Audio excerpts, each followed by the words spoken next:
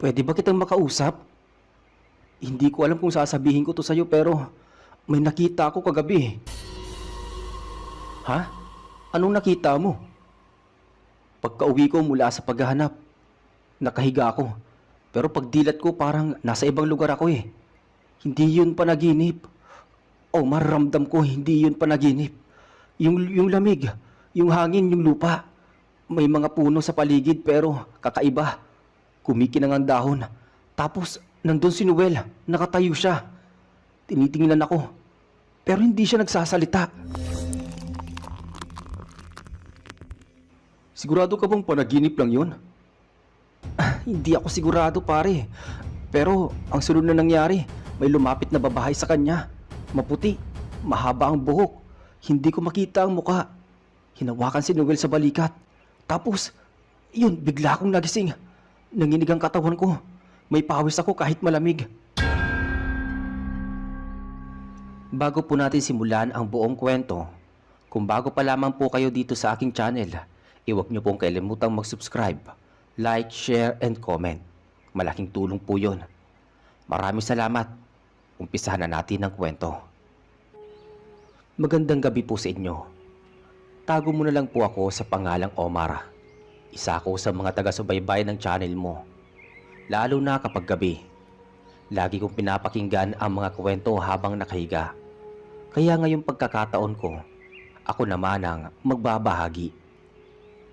Nangyari to taong 2000 sa isang baryong malapit sa bundok dito sa bandang norte. Hindi ko nasasabihin ang eksaktong lugar pero halos kalahating oras mula sa bayan ang layo nito. Tahimik, simpleng pamumuhay pero maraming kababalaghan na hindi mapaliwanag. Isa sa mga kilala sa amin doon ay si Ka Eddie. Isa siyang matandang kilala bilang masipag at tahimik. Pero ang kwento ko ay hindi tungkol sa kanya. Tungkol to sa naging kaibigan ko, si Noel. Si Noel ay mahigit 30 na noong mga panahong yon. Nakatira siya kasama ang misis niyang si Ira at ang kapatid niyang si Dino. Simple lang ang buhay nila. Nagtatanim si Noel ng gulay. Si Ira nagtatahi at si Dino naman minsay tumutulong sa pamumulot ng tuyong kahoy para ibenta. Pero ang totoo, madalas nagiinom si Dino kaya laging si Noel ang nagtataguyod sa pangangailangan nila. Isang gabi habang nasa tindahan kami ni Noel, may bigla siyang nabanggit. Napansin mo bang parang nagiging mas maganang buhay namin? Sabi ni Noel. Teka, anong ibig mong sabihin? Hindi ko alam kung paano ko ikwento. Pero may kakaibang nangyari sa akin eh. Ilang linggo lang ang nakakalipas. Nagkatinginan kami. Tila ba may laman ang salitang binitawan niya. Nilapitan ko siya ng bahagya at sumenyas ako nga. Tumuloy siya sa kwento. Ganito kasi yun. Gabi yun eh. Galing ako sa taniman. Hating gabi na halos. Napilitan akong gabihin kasi inabutan ako ng malakas na ulan. Habang pauwi ako, doon sa may bandang ilog may nakita akong ilaw. Hindi normal na ilaw, kulay asul. Tapos, parang may humahaplos sa batok ko. Hindi malamig, hindi rin mainit. Basta parang may nagtulak sa akin na puntahan yung ilaw. Eh di sana, kinuha ka na ng engkanto. Yun na nga eh, wala akong maalala pagkaraan nun. Pero paggising ko, nasa kama na ako. Basa ang damit ko pero tuyo ang katawan. May hawak akong malit na supot kulay berde. May lamang parang abo. Pero di ako natakot noon eh. Iniwan ko lang sa may altar sa bahay. Tapos kinabukasan, nagsimula nang dumating ang swerte. Dumobli ani namin sa tanim. May nag-alok sa misis ko ng mas malaking bayad sa pananahi. Tapos si Dino, biglang nakakuha ng trabaho sa bayan. Hindi ko alam kung dapat ba akong matawa o maniwala kay Noela. Pero kitang-kita sa mata ni Noela na hindi siya nagbibiro. Akala ko nga nagkataon lang, Omar. Pero gabi-gabi nananaginip ako ng boses babaeng mahina ang tinig. Lagi niyang sinasabi, alagaan mo raw ang regalo ko. Ganun sabi niya. Huwag mo kakalimutan ang kasunduan, sabi pa nun. Napatayo ako bigla. Ah? Anong kasunduan? Yun ang hindi ko alam eh. Ilang araw ang lumipas.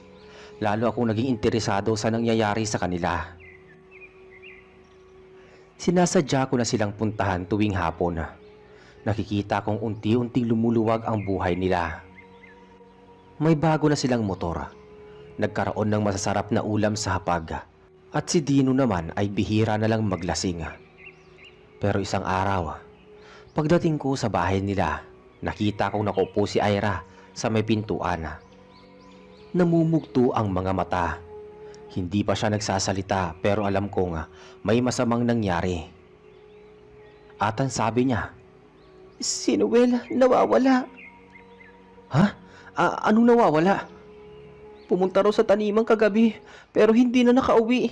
Ang mas nakakakilabot pa, nakita ng isang magbubukit na naiwan sa lupa ang suot niyang tsinelas na may dugo. Si Noel nawawala. Parang bumigat ang paligid.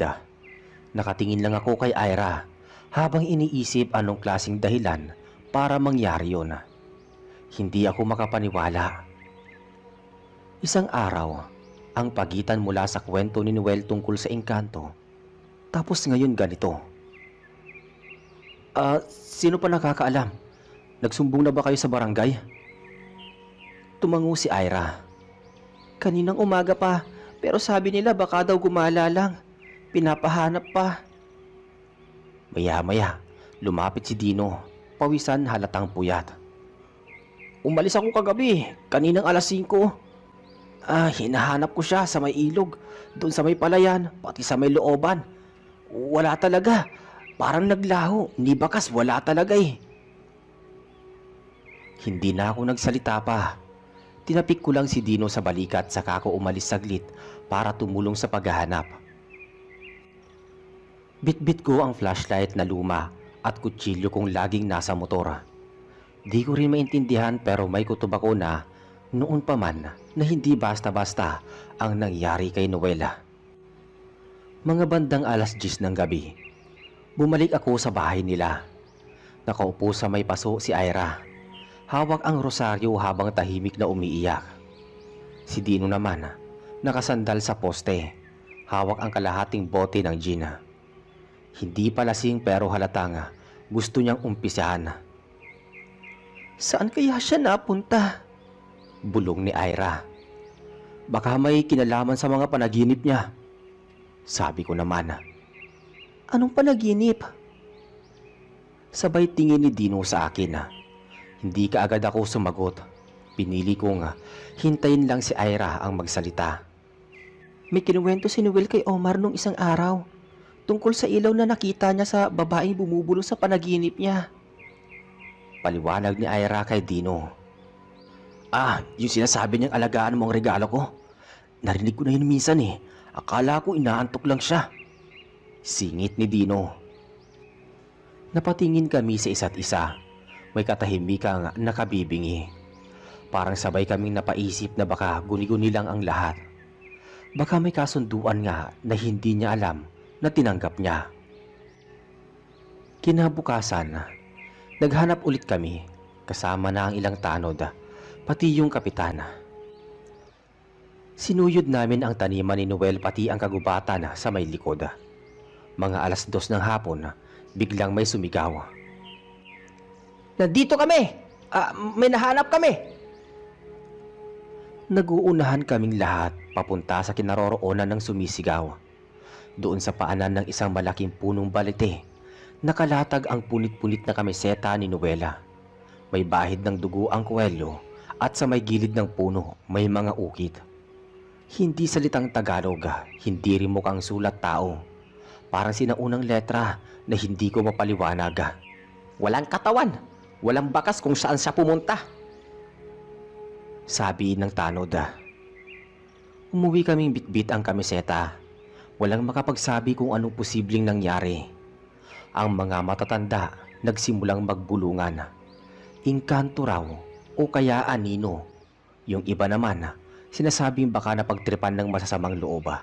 Pero alam ko at alam din naming tatlo, Hindi basta-basta tao ang may gawa nito. Kinagabihan habang nakaupo ako sa bahay, may kumatok. Si Dino.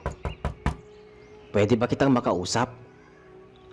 Tumango ako at pinaupo ko siya sa upuan sa labas habang nilalapag ang 2 tasa ng kape.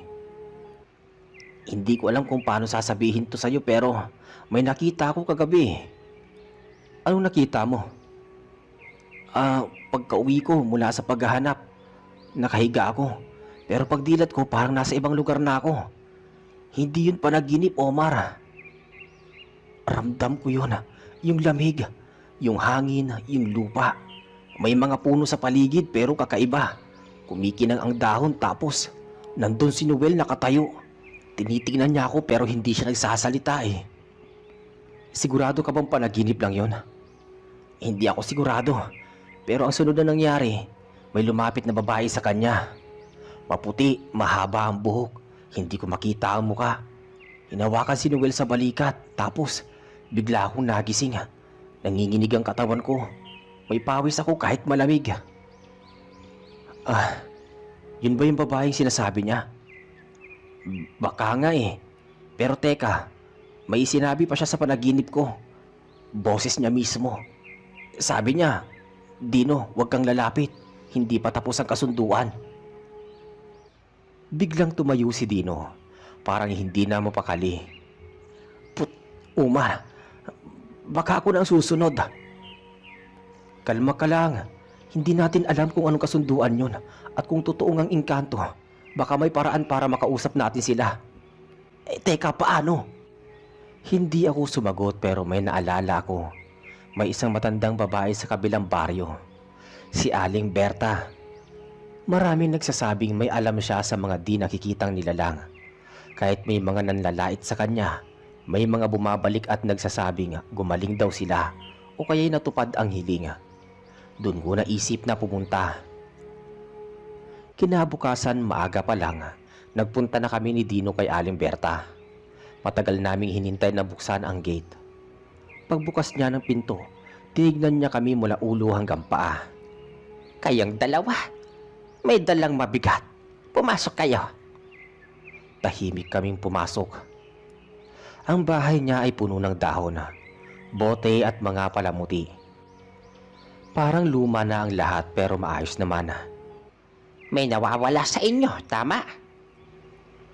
Tumango si Dino. Ako na ang nagsalita. Kaibigan namin nawawala.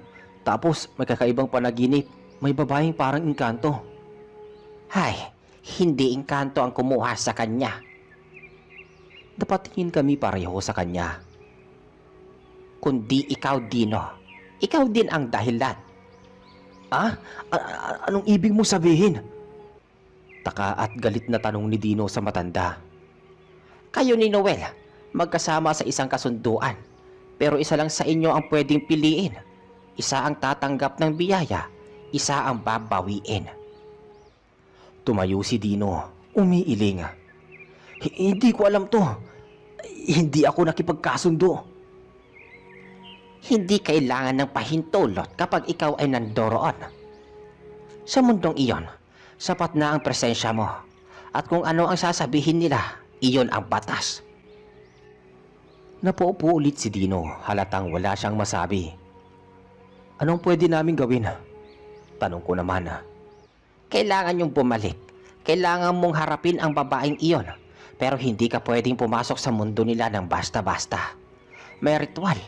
May dala ka bang gamit ng kaibigan mong si Noel? Meron. Yung kwintas niya, nasa akin pa. Hindi ko pa na ibabalik kay Ira. O sige, kunin mo. Mamayang 12:00 ng gabi, babalik kayo rito. Dalhin nyo yon, saka isang bagay na galing sa ilog kung saan unang nakita ang asul na ilaw. Pagka-uwi namin, tahimik lang kami ni Dino sa motora. Wala ni isa sa amin ang gustong magsalita. Pareho kaming kinakabahan, pero alam namin kailangan naming ituloy. Gabi 11:30, bitbit namin ang kwintas ni Noel at isang maliit na bato mula sa gilid ng ilog. Dumating kami kay Aling Berta. Tahimik ang paligid. Pinaupo niya kami sa loob ng kwarto na puno ng amoy ng insenso. Nakikita niyo ba ang salamin sa inyong harapan? Oo. Hindi yan ordinaryong salamin. Diyan mo makikita kung may papayag na makipag-usap sa iyo mula sa mundo nila.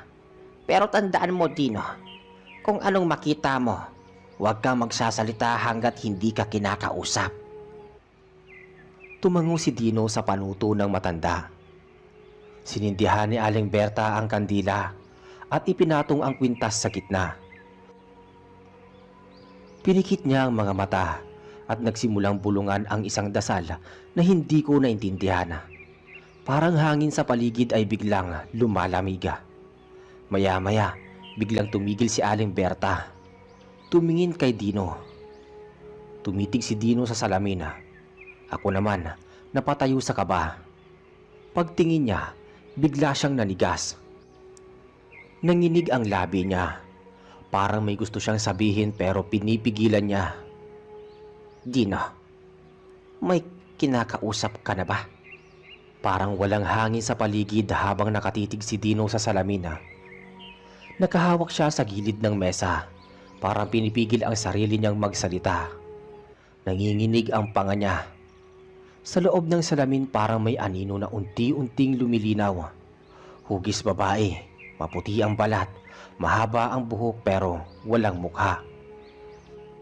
Dino? Sabi ng boses na mula sa salamin. Malamig at mababa, tila nang gagaling sa ilalim ng lupa. Napatingin ako kay Aling Berta. Nakapikit siya, parang may hinihintay. Dino, alam mo kung bakit ikaw ang narito ngayon? Oo. Si Noel, gusto ko siyang makita. Gusto ko siyang ibalik. Hindi mo siya ibabalik ng walang kapalit. Anong kapalit? Pagpili. Teka, piliin? Ang kapangyarihang ibinigay sa kanya, maililipat sa iyo. Pero may kapalit iyon. Kaluluwa, alaala, pagkatao.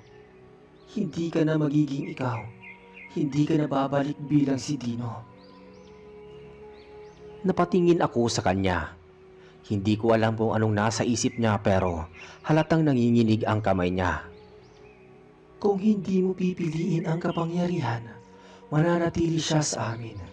Pero kung tatanggapin mo, bibigyan ka namin ng lahat ng kayamanang iniaalok sa kanya at higit pa. Tahimik si Dino. Ilang segundo din yun na. Tumingin siya sa akin saglit. Tapos ibinalik ang tingin sa may salamina. Bakit ako ang kailangan pumili? Dahil ikaw ang kasama niya sa umpisa. Kayong dalawa ang nagising sa mundong hindi sa inyo. Teka, bakit hindi niya alam? Dahil pinili niyang makalimot kaysa makulong. Napapikit si Dino. Kung tatanggapin ko, anong mangyayari sa kanya? Walang mangyayari sa kanya. Pero kung pipiliin mong palitan siya, ikaw ang magiging ganoon. Tumahimik ulit. Samantala humigop si Aling Berta ng hangin at dumilat. Bumalik ka na sa oras sa mundo. Kailangan mo magdesisyon bago lumubog ang kandila. Tumingin si Dino sa kandilang unti-unti nang nauupos. Kalahati na ang natitira. Pwede bang may ibang paraan? Tanong niya. May isa pa. Pero hindi ito ligtas. Pwede mong subukang pasukin ang hangganan sa pisikal mong anyo. Hanapin mo siya roon. Ngunit kapag ikaw ay nabigo, kayong dalawa ang mananatili. Lumunog si Dino sa sinabi ng matanda. Paano ako papasok? Sa panaginip mo. Bago ka matulog, kailangan mong kainin ang halaman sa tabi ng balete kung saan namin siya huling nakita. Doon magsisimula ang daan. Ganun lang? Hindi. Sa oras na dumilat ka, wala ka ng pangalan. Wala kang alaala. Kailangan mo matutunang kilalanin ulit ang sarili mo sa gitna ng mundong hindi mo alam. Paano kung matagpuan ko siya? Pareho kayong kailangan makaalis bago sumikat ang araw. Isa lang ang daan pabalik. Kung isa man sa inyo ang maiiwan, pareho kayong maglalaho. Gagawin ko. Kahit mahirap, kahit hindi sigurado, kailangan ko subukan. Naglaho ang anyo sa salamina. Biglang lumiwanag ang paligid tapos nawala ang malamig na hangin. Si Aling Berta sumandal sa upuan, huminga ng malalim. Desidido ka? Oo, ngayon na. Gusto ko na siyang hanapin. Tumango si Aling Berta. Bukas ng madaling araw, oras na madulas ang hangganan, kainin mo ito. Dahon iyan, tapos matulog ka rito. Wala tayong oras para magkamali. Kung may kulang sa ritual, hindi mo mararating ang mundo nila. O mas malala pa, baka marating mo pero hindi ka makabalik. Anong kailangan kong dalhin? Wala. Lahat ng kailangan mo matututunan mong hanapin doon. Teka, pwede ba akong sumama? Singit ko naman sa usapan ng dalawa. Hindi. Isa lang ang pinayagan at isa lang ang hinahanap. Umuwi kami ni Dino para maghanda. Di ko siya iniwan buong araw. Kinabukasan bago mag 3:00 ng madaling araw, bumalik kami kay Aling Berta. Sa may tabi ng bahay niya, may nakalatag na banig. Pinakain niya si Dino ng dahon. Mapait, berde, parang kulubot. Tumitig lang siya sa akin bago humiga. Kung sakaling di na ako makabalik, sabihin mo kay Ira, patawad. Walang mawawala bro. Wala, makakabalik ka. Sagot ko naman kay Dino. Pumikit na si Dino. Nang sumapit ang 3:00, nagsimula ang pagbabago. Umihip ang hangin. Pumatay ng kusa ang kandila sa paligid. Nang dumilat si Dino, wala na siya. Sa panaginip niya, nagising siyang nakahiga sa puting damo. Walang ulap sa langit, pero wala ding araw. Parang liwanag na hindi galing sa kung saan. Tumayo siya at napansin niyang wala siyang sapatos. Nakaputing damit lang siya, parang panloob ng pang-ospital. Teka, anong lugar to? Bulong niya. Sa paligid puro puno. Puno na kulay dilaw ang dahon. Parang ginto. Ang hangin ay malamig. Tahimik, walang kahit na anong ingay. Lumakad siya. Wala siyang direksyon. Basta kung saan may daan, doon siya naglalakad. Minsan may makikita siyang aninong dumadaan sa likod ng puno. Hindi niya makita ang muka. Basta mabilis lang na dumaraan. Noel? Bulalas niya. Walang sumasagot. Wala ring gumagalaw. Pero pakiramdam niya may mga matang nakatitig sa kanya. Maya-maya may lumabas na babaeng mula sa puno. Maputi iyon, mahaba ang buhok. Pero ngayon may mukha na. Maganda, malungkot ang mata. Bakit ka nandito? Hinahanap ko ang kaibigan ko, si Noel. Hindi mo siya matatagpuan kung hindi mo kilala ang sarili mo. Alam ko na kung sino ako. Ako si Dino. Hindi. Sa mundong ito, wala kang pangalan hanggat hindi mo kinikilala ang sarili mo kung sino ka.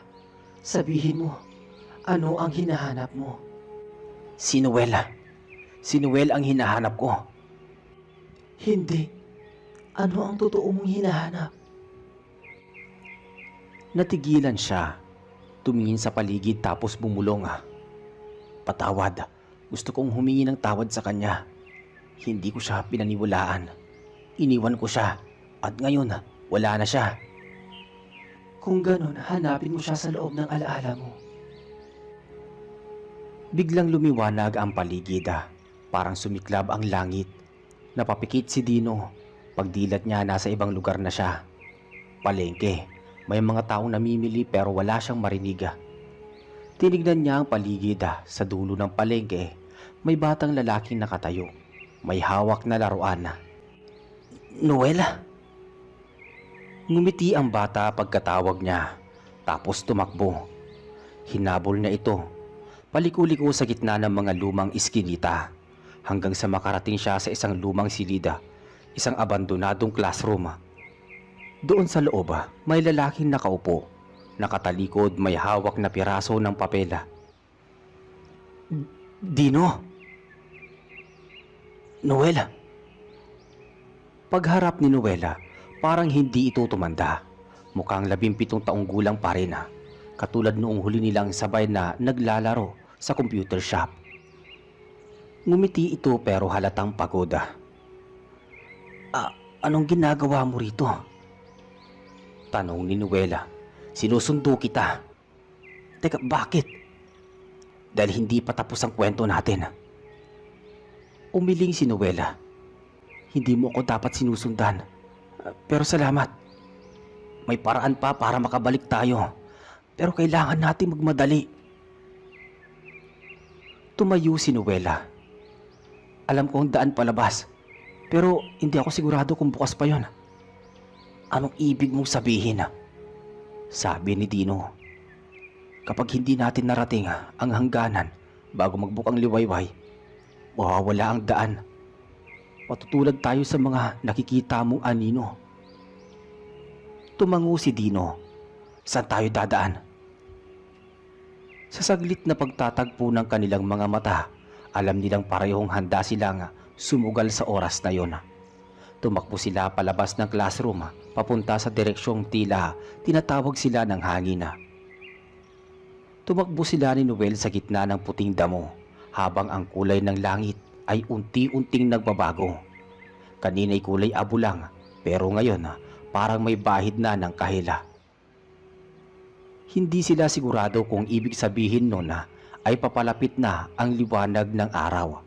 Basta ang alam ko lang, kailangan nilang makarating sa sinasabi niyang hangganan. Malapit na ba tayo? Tanong nila sa isa't isa.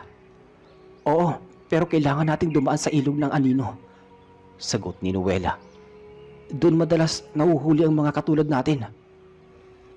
Hindi tubig ang nasa ilog. Alaala yon. Kung hindi ka marunong tumawid, lulunurin ka ng sarili mong nakaraan. Lumiko sila sa isang daan kung saan ang mga puno ay itim ang katawan at kulay kalawang ang mga dahon. Sa ilalim ng mga ugat, may mga mata. Literal na mga mata, parang mga matang walang talukap pero sumusunod sa bawat galaw nila. Bilisan mo! Huwag kang tumingin sa mga mata nila. Anong mangyayari sa atin pag tumingin tayo? Babalikan ka nila sa mundo mo. Hindi na tinanong ni Dino pa kung anong ibig niyang sabihin. Nilakasan na lang nila ang takbo. Hanggang sa narinig na lang nila ang tunog ng tubig. Pero hindi yun parang ilog. Parang mga boses na nagsasalita na sabay-sabay. Mga boses ng sanggola, ng matanda, ng babae, ng lalaki. Parang sigaw na mahina. Parang bulong na malakas. Tumigil sila sa gilid ng ilog. Madilim ang tubig. Parang usok na may hugis likido. Ang pampang ay gawa sa puting bato. Makinis pero parang pumuputok sa ilalim ng bigat ng mga yapak. Tatawid tayo dyan? Tanong ni Dino at nag-aalangan. Oo, pero sundan mo ko. Wag na wag kang lilingon kahit anong marinig mo, kahit anong makita mo. Paano pag may humawak? Punitin mo ang imahe sa isip mo. Gamitin mo ang pangalan mo. Ang pangalan ko? Oo, paulit-ulit mong isipin. Ako si Dino. Ako si Dino. Huwag mo kakalimutan. Sabi ni Noela. Tumapak sila sa tubig. Hindi ito basa pero ramdam kaagad nila ang bigat. Parang may pumapasok sa dibdib nila. Parang may lumang sakit na binubuhay. Pagkaraan ng 3 hakbang, narinig nila ang boses ng kanilang nanay.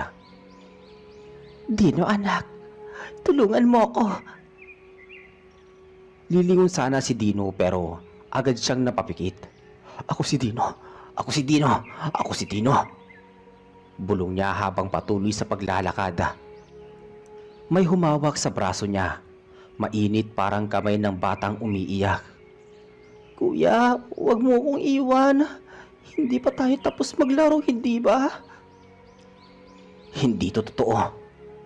Ako si Dino. Ako si Dino. Lalong lumalalim ang tubig. Umabot na sa bewang nila. Si Noel nasa unahan pero parang palayo siya ng palayo. May boses sa tenga ni Dino. Malapit na malapit. Hindi ka nila iniisip. Wala ka nang babalikan. Iwanan mo na sila. Ako si Dino. Ako si Dino. Ako si Dino. Hanggang sa unti-unting nawala ang mga boses. Nakahinga ng maluwag si Dino nang marating nila ang kabilang pampang. Napaupo sila sa lupa, hinihingal parang galing sa matinding takot at sakit ng loob. Teka, bakit ganun? Parang ayaw nila tayong makatawid. Kasi ang ilog na yun din ang pintuan pabalik. Kung makuha nila ang pangalan mo, hindi ka na makakabalik. Napatingin si Dino sa kanya. Ikaw, ilang beses ka nang tumawid doon? 2. Sa pangalawa, nawala ang boses ko. Akala ko di na ako makakapagsalita. Ngayon lang ulit. Pero ngayon babalik tayo, di ba? Tumango siya sa sinabi ni Dino. Basta marating natin ang hangganan. Nagpatuloy sila sa paglalakad.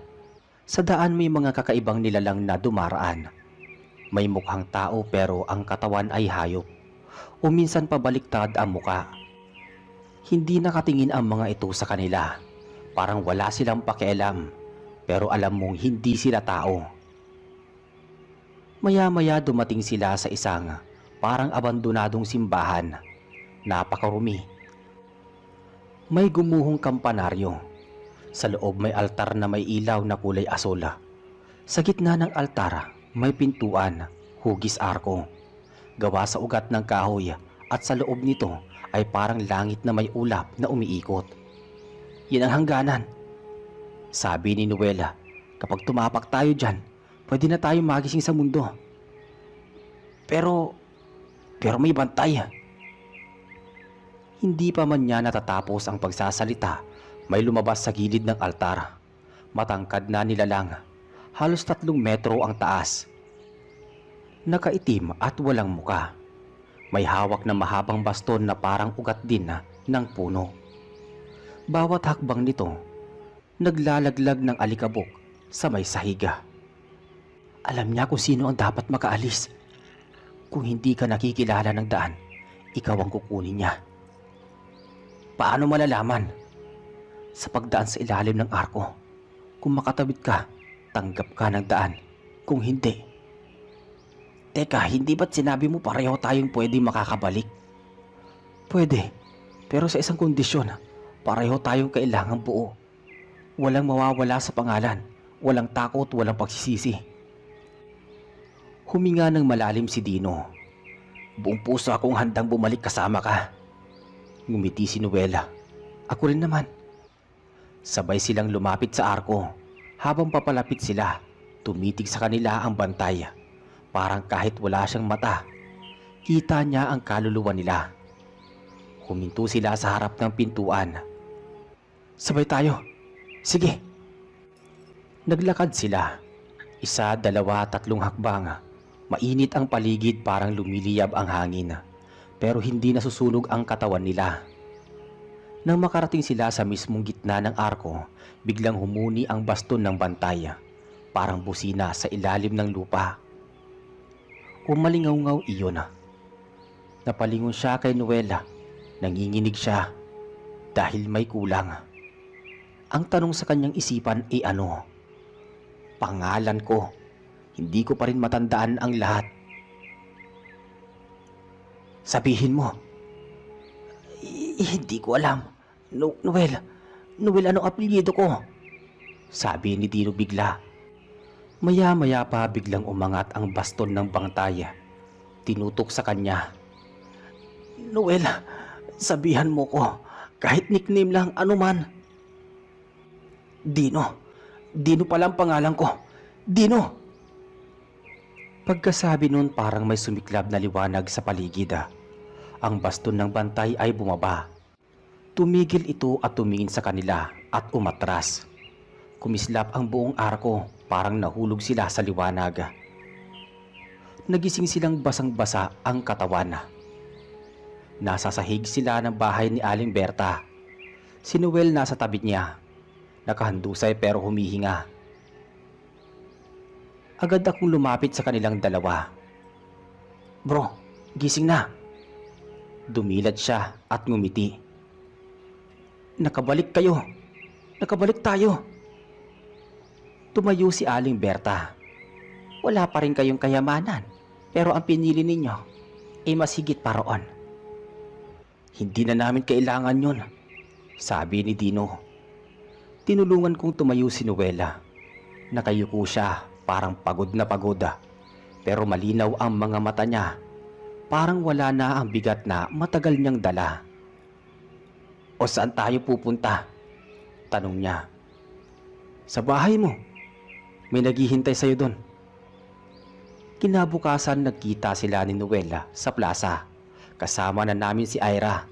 Niyakap siya ni Ira ng mahigpit habang naiiyak. Wala nang salitang kailangang sabihin. Lumapit sila sa isa't isa. "Oh bro, buhay ka pa pala." Ngumiti siya. "Kala ko nga hindi na ako makakabalik eh. Kamusta ka naman? Kamusta ang pakiramdam mo?" Parang may parte sa akin na namatay, pero may bagong tumubo." "Oh, anong plano mo ngayon sa buhay?" "Simulan natin ulit. Wala nang shortcut. Wala nang engkanto." "Pero kung may tumawag ulit sa'yo, anong gagawin mo?" Di na sumagot pa si Noela. At ang sabi niya, "Di na ako uulit." Pagkatapos ng lahat na nangyari, naging maayos na ang lahat. Naging payapa na. At hindi na umasa pa sa biglaang swerte. Nagsikap kami sa buhay namin upang maabot namin ang aming mga gusto at kailangan sa buhay. At hanggang dito na lamang po natatapos ang kwento. Maraming salamat at naway may napulot po kayong aral. Hanggang sa muli.